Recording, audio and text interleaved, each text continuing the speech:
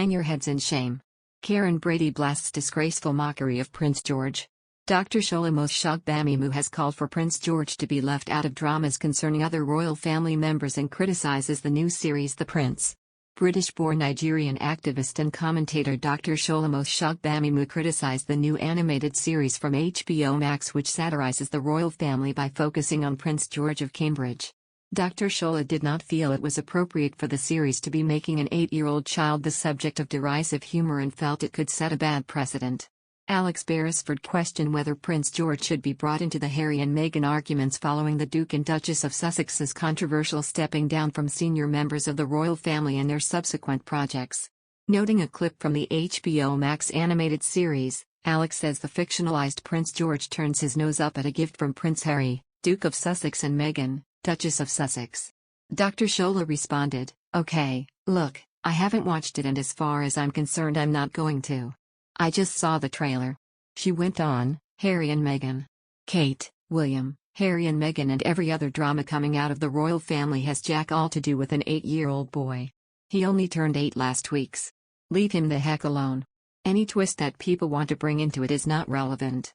He does not and should not be the subject of any kind of abuse, any kind of poking fun, any kind of bullying, any kind of mischaracterization. It's simply wrong."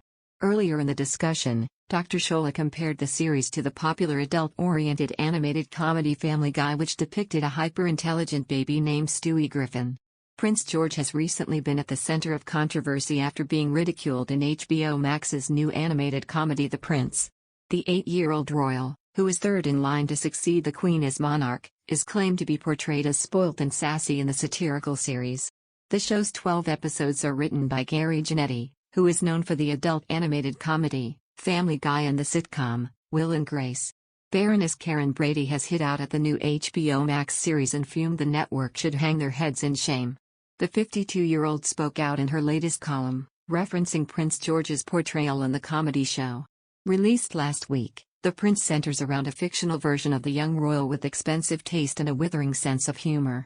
The Prince also features many of the royal family's other core members, who are voiced by a string of Hollywood and British talent. The Apprentice star has slammed the show and shared it was wrong to take aim at a young child, which she claimed was a Family Guy-style animation. "From the clips I have seen, it is offensive drivel. It's not funny," Karren stated. "In fact, the way it portrays the lovely little Prince George is disgraceful." She added, "Hang your heads in shame, HBO. If you have any, that is." George, who is the son of William and Kate, the Duke and Duchess of Cambridge, is depicted as somewhat of a child tyrant. The royal satire landed on HBO Max's streaming platform last week and was instantly panned by critics, drawing a huge backlash over its targeting of George. The cast includes Orlando Bloom as Prince Harry, Condola Rashad as Meghan Markle, and Frances de la Tour as the Queen.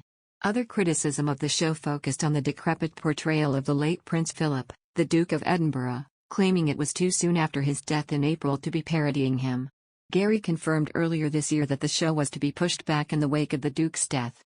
Meanwhile, Orlando, who voiced Prince Harry in the series, has defended the new show. Orlando, who resides in Montecito close to Prince Harry and his wife Meghan Markle, has reportedly sparked up a friendship with the British royal in recent months.